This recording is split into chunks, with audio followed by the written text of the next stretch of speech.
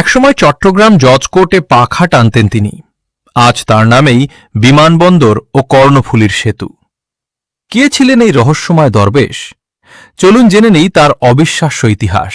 সাথে আছি আমি এস.এম. ফারুক।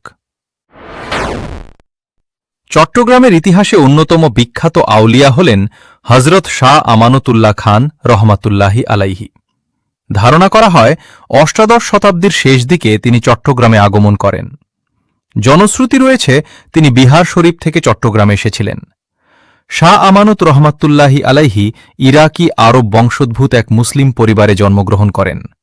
তার পূর্বপুরুষরা বাগদাদ থেকে বিহারে এসে বসতি স্থাপন করেছিলেন এবং তারা হজরত আব্দুল কাদের জিলানী রহমাতুল্লাহি আলাইহের বংশধর বলে বর্ণিত হয়।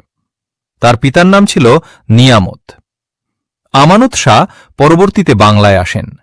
ইসলাম সম্পর্কে জ্ঞান অর্জনের জন্য তিনি দিল্লি, লখনউ ও কাশ্মীর সহ উপমহাদেশের বিভিন্ন স্থান ভ্রমণ করেন। একসময় তার পীর তাকে চট্টগ্রামে যাওয়ার পরামর্শ দেন। চট্টগ্রামে এসে আমানত শাহ একটি নিরিবিলি বনাঞ্চলে ছোট একটি কুটির তৈরি করে সাধারণ জীবনযাপন শুরু করেন। জীবিকা নির্বাহের জন্য তিনি চট্টগ্রাম জজ কোর্টে পাখাওয়ালা হিসেবে চাকরি নেন। এতটাই সাধারণভাবে জীবন কাটাতেন যে প্রথম দিকে কেউ তার আধ্যাত্মিক পরিচয় সম্পর্কে জানতে পারেনি। তিনি ইয়াসিন খানের কদম মোবারক মসজিদে নামাজ আদায় করতেন। জজ কোর্টে কর্মরত থাকতেই অনেকে তাকে সম্মানের সঙ্গে খান সাহেব বা মিয়া সাহেব বলে ডাকতেন। পরে যখন মানুষ তার আধ্যাত্মিক পরিচয় উপলব্ধি করতে শুরু করে, তখন তিনি নিজেকে ধর্মীয় সাধনা ও প্রচারে আরও বেশি নিয়োজিত করেন। আজ শাহ আমানত রহমাতুল্লাহি আলাইহি শুধু একজন দরবেশের নাম নয়, চট্টগ্রামের ইতিহাস ও ঐতিহ্যেরও একটি গুরুত্বপূর্ণ অংশ।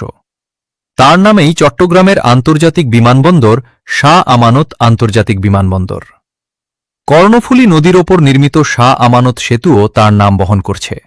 এছাড়াও চট্টগ্রামের বিভিন্ন প্রতিষ্ঠান ও স্থাপনার সঙ্গে জড়িয়ে আছে তার নাম।